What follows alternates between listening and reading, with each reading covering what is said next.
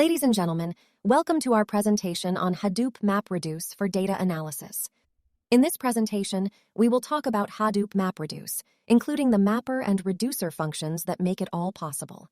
I will guide you through the following key topics. Our project focuses on collecting and analyzing job description and employees' review and ratings from various industries to gain insights into the branding and user attitudes towards each company. By leveraging the distributed storage and processing capabilities of Hadoop, we believe we can gather and analyze vast amounts of data efficiently and effectively. Our primary aim is to gain a better understanding of an employer's brand personality and employee satisfaction levels.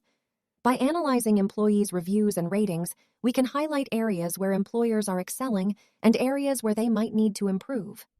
Our project's end goal is to produce comprehensive insights and takeaways that can be used by both employers and job seekers to improve their respective positions. Our project was centered around two key datasets gathered through web scraping from Glassdoor's website, with a primary focus on job listings in Singapore and Australia, followed by employee reviews and ratings for different companies. The first dataset we collected includes invaluable details such as the company name, company star rating, company offered role, company role location, listing job description, and requested URL. This information was essential in helping us understand the various job opportunities available in these markets and the companies that are offering them.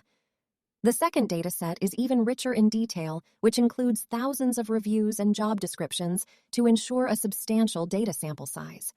By leveraging the power of Python, we were able to scrape this data efficiently based on the HTML elements on Glassdoor's platform.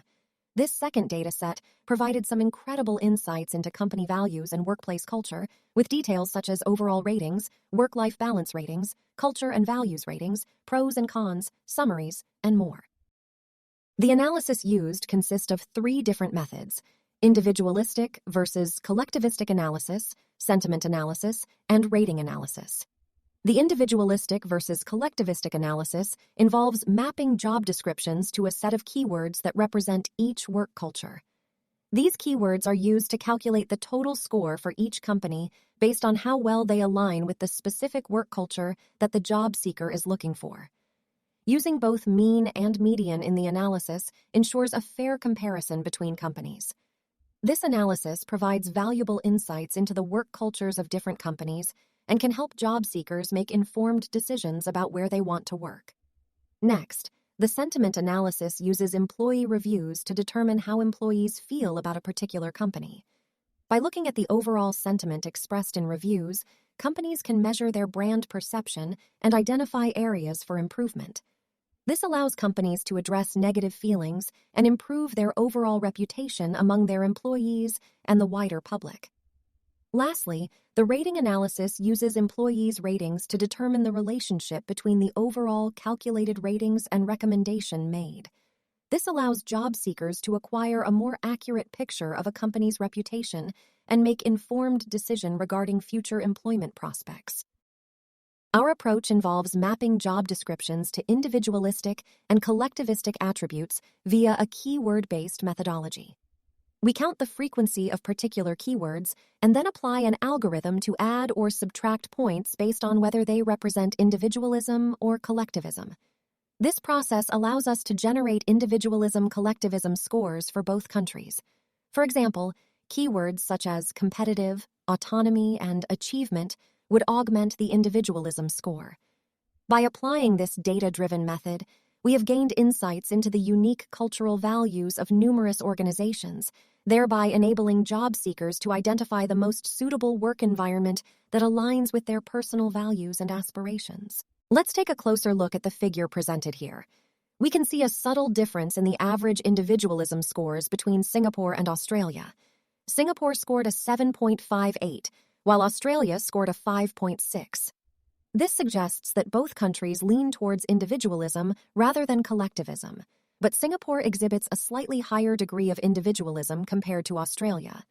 It's important to remember that these scores are generalizations and may not accurately represent every individual within each country. However, these findings do provide us with valuable insights into the cultural nuances between Singapore and Australia. Let's take a closer look at the bar graphs in front of us. The median scores for Singapore and Australia reveal that employees in Australia have a stronger inclination towards individualism, clocking in at a median score of 56, while Singapore trails behind with a median score of 34. This suggests that the majority of the Australian population leans more towards individualism than their counterparts in Singapore. Now, what's interesting here is the disparity between the mean and median scores in the graph. The mean scores show a relatively small difference between the two countries, but the median scores paint a stark contrast. This could be attributed to outliers in the dataset, which have a more significant impact on mean scores than they do on median scores. So, while the mean may not fully capture the cultural nuances of each country, the median gives a more reliable representation of the individualistic score within both countries. Our sentiment analysis process involves generating scores via the natural language processing (NLP) pipeline. The sentiment scores are then mapped to corresponding pros, cons, and summary points. In cases where any of these points are empty, a score of 2 is automatically assigned. Once all the values have been collected, they are summed and averaged out by the total number of entries in the dataset. We will analyze a graph that displays sentiment analysis results for 14 different companies. Let's take a closer look at the lines on this graph.